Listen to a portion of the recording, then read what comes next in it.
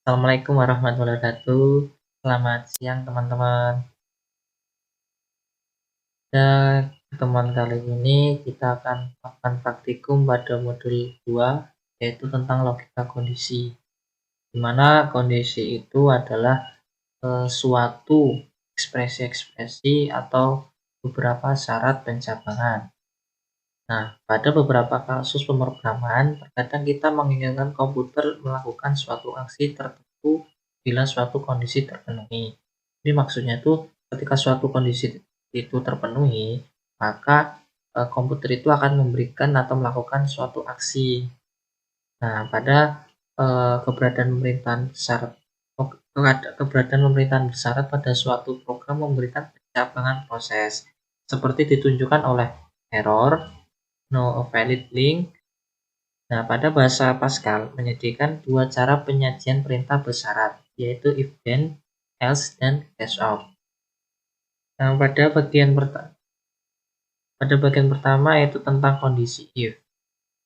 Oke, sebelum kita masuk ke kondisi if, nah di sini terdapat persoalan sehari-hari. Nah, sebagai contoh, seorang mahasiswa memperoleh nilai 75. Apakah dengan nilai tersebut mahasiswa itu lulus? Nah, maksudnya dengan nilai tersebut mahasiswa itu lulus. Apakah lulus jika dengan nilai minimal kelulusan itu 60? Maka ini kan kondisinya terpenuhi, maka dia akan memberikan aksi yaitu bahwa mahasiswa tersebut akan lulus, dan ketika kurang dari 60 maka mahasiswa itu tidak akan lulus. Yang utama yaitu tentang kondisi if. Perintah pencabangan if dan else adalah suatu perintah yang berfungsi untuk mengambil keputusan dari beberapa kondisi. Maksudnya itu gimana? Nah, untuk pencabangan if dan else ini digunakan untuk mengambil keputusan dari beberapa kondisi. Karena beberapa kondisi itu ada lebih dari satu. Nah, sedangkan pada penggunaan yang pertama yaitu dan. Penggunaan pada if dan ini hanya biasanya digunakan untuk pemilihan satu kasus. Perintah bersyarat if then digunakan hanya untuk melakukan satu aksi bila kondisinya terpenuhi.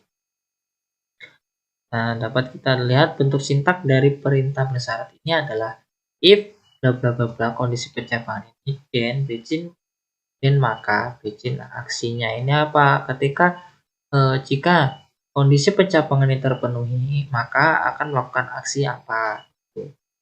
Dan selanjutnya if then else, itu pemilihan dua kasus. Perintah bersyarat if then else itu umumnya digunakan untuk melakukan pencabangan sederhana antara 2 atau 3 cabang, atau untuk pencabangan yang banyak di mana kondisi yang menjadi prasyaratnya melibatkan lebih dari satu parameter.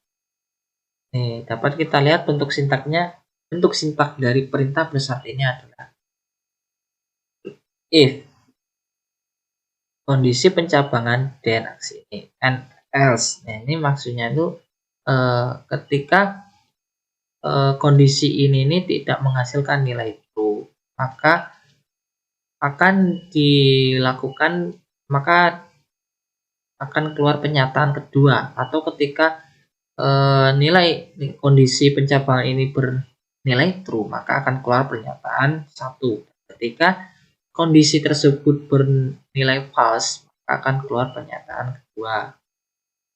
Dapat kita lihat sebagai contoh program. Di sini yang pertama kita melakukan deklarasi var. Angka ini dideklarasikan sebagai integer. Nah, digit angka titik 2 sama dengan str to int edit 1.text. str to int ini maksudnya data string ke data integer. Nah, ini pas pendeklarasian angka yaitu integer. Angka ini maksudnya itu pas di bagian nih edit text yang ini. Nah, ini maksudnya itu edit ini itu hanya bisa diisi dengan bilangan integer. Dimana logika kondisinya, jika angka atau edit 2 ini bernilai lebih besar atau sama dengan 70, then maka pernyataannya edit 2.text maka akan memberikan pernyataan bahwa nilai tersebut nilai A, mana pernyataannya itu akan keluar di edit ini. Dan selanjutnya, jika angka itu lebih kecil atau sama dengan 69, maka pernyataan pada edit 2.text ini maka akan keluar pernyataan bahwa nilai tersebut berbobot B. Begitu pula seterusnya sampai dengan D. Selanjutnya if else if. If else if ini dalam kasus-kasus tertentu. Mungkin saja Anda harus meletakkan pernyataan if lain setelah F. Nah, kalau di if dan else ini tidak perlu menggunakan pernyataan if lagi setelah else. Kenapa demikian? Itu karena hanya dengan satu kondisi. Di sini kondisi pencabangannya atau satu codingan, satu perintah gitu. Nah, pada if else if ini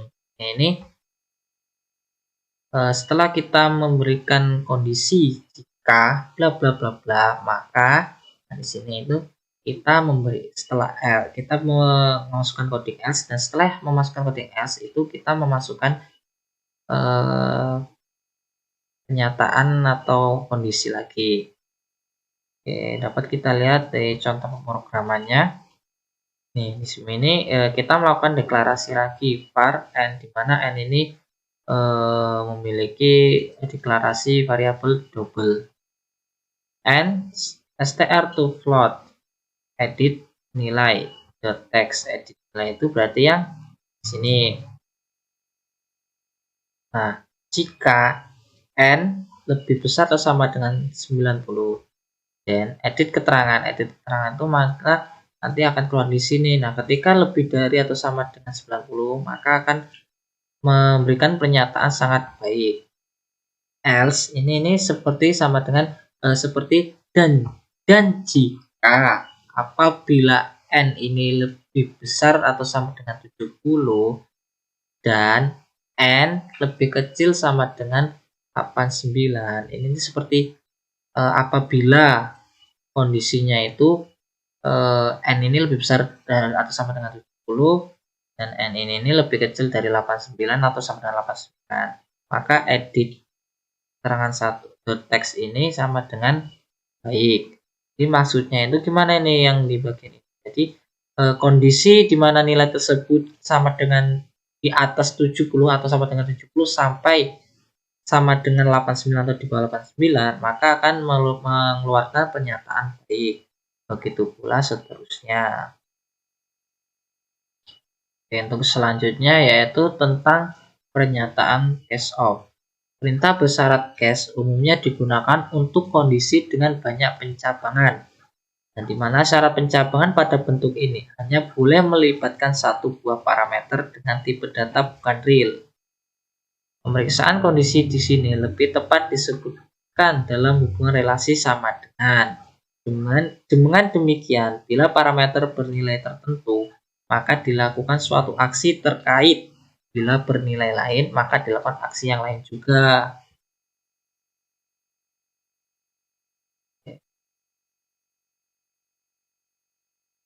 Nah, nih case parameter out. Nah, nih ketika nilai ini sama dengan 1, maka akan keluar aksi 1. Ketika nilai ketika nilai yang kedua ini, maka akan mengeluarkan aksi yang kedua. Ya, mungkin biar lebih jelasnya kita lihat contoh programnya ya.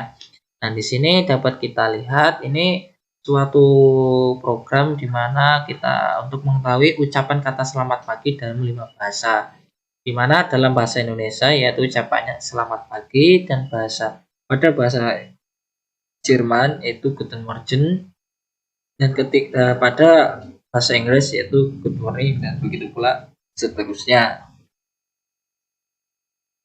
Oke, untuk mungkin lebih biar paham dapat kita lihat codingannya seperti apa. Pada codingan label yaitu dot caption tidak sama dengan l bahasa dot items Di dalam kurung ini lbahasa .item index cache lbahasa item index of. Nah, ini maksudnya itu dalam parameter ini akan mengeluarkan 5 aksi. Yang pertama itu pada perintah lucap.caption. Ini digunakan pada pemilihan bahasa Indonesia. Nah, ucapan bahasa Indonesia selamat pagi itu ya tetap selamat pagi. Nah, pada bahasa Jerman itu Guten Morgen, yang di sini digunakan untuk pengucapan kalimat selamat pagi pada bahasa Inggris yaitu good morning. Selanjutnya latihan. Nah, untuk latihan ini akan saya tampilkan pada video selanjutnya.